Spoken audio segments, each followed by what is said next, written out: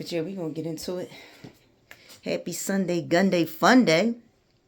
On this rainy Sunday afternoon or evening in Philadelphia, Pennsylvania. How was y'all weekend? Y'all ready for the week?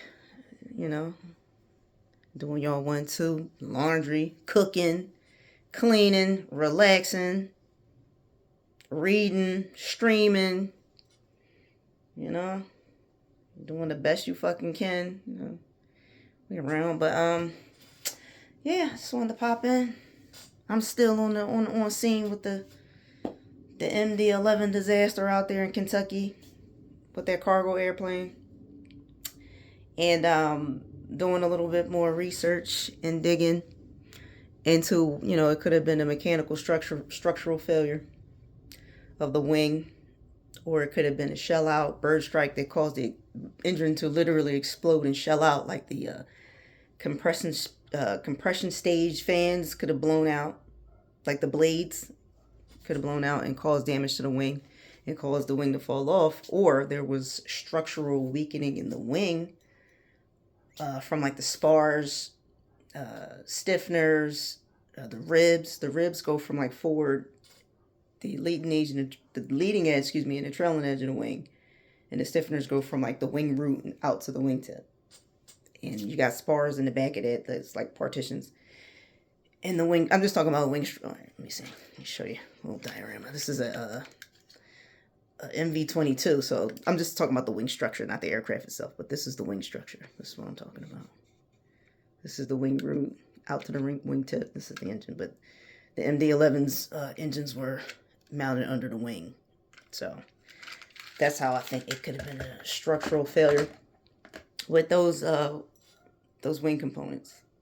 It could have been a crack, or over time, age of the aircraft, corrosion. But what the FAA and the NTSB are going to do, they're going to get every piece of the airplane that they can and put it all back together. They're going to lay it out in a hangar and put it together like a puzzle and try to see, what happened. So I'm pretty sure they're going to look at the engine and see if it was what type of damage to the engine, if any, caused the crash. It could, like I said, the compression blades could have flamed out. The intake fan could have shelled out, because there's actually like something called a plane of rotation on a plane. That's like a danger zone to sit in on the wing, because in case of a engine failure, they'll blow out into the fuselage. But anyway, it seems like I'm talking Japanese, but whoever know what I'm talking about know what I'm talking about. Try and keep it as basic as possible. But that could have been a structural failure in the wing.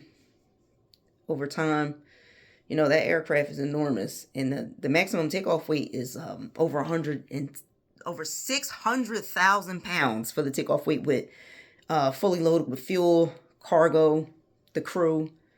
That's a big ass aircraft that requires a lot of power for takeoff, for thrust for takeoff. So I could only imagine how huge those engines are for that, to sustain that type of power. So, but they're still going over it with a fine tooth comb. Like I said, the FAA will issue a airworthiness directive. So that'll ground that fleet. That fleet's been grounded. And they're going to have to do a lot of inspection, pull maintenance forms, to see any and everybody who signed off on that aircraft, the conditions of the aircraft. It could have been a missed, something that didn't get missed on that got missed on the non-destructive inspection test, or it's just something that's old over time, because the airframe itself, they have flight hours. They have a certain type of time that the airframe will start to need, just like cars need, tune-ups and everything over time. Engines have engine time too, that they log every flight. You got to log the engine hours. And they do samples, like they test, they do soap and soap samples to see if it's any metal degradation in the engine. So you pull that and you check to see what type of metals it is. They check the hydraulic fluid.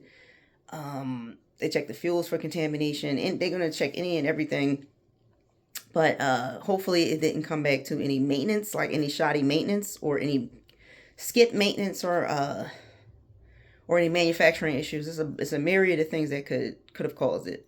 But an older aircraft does not mean unsafe.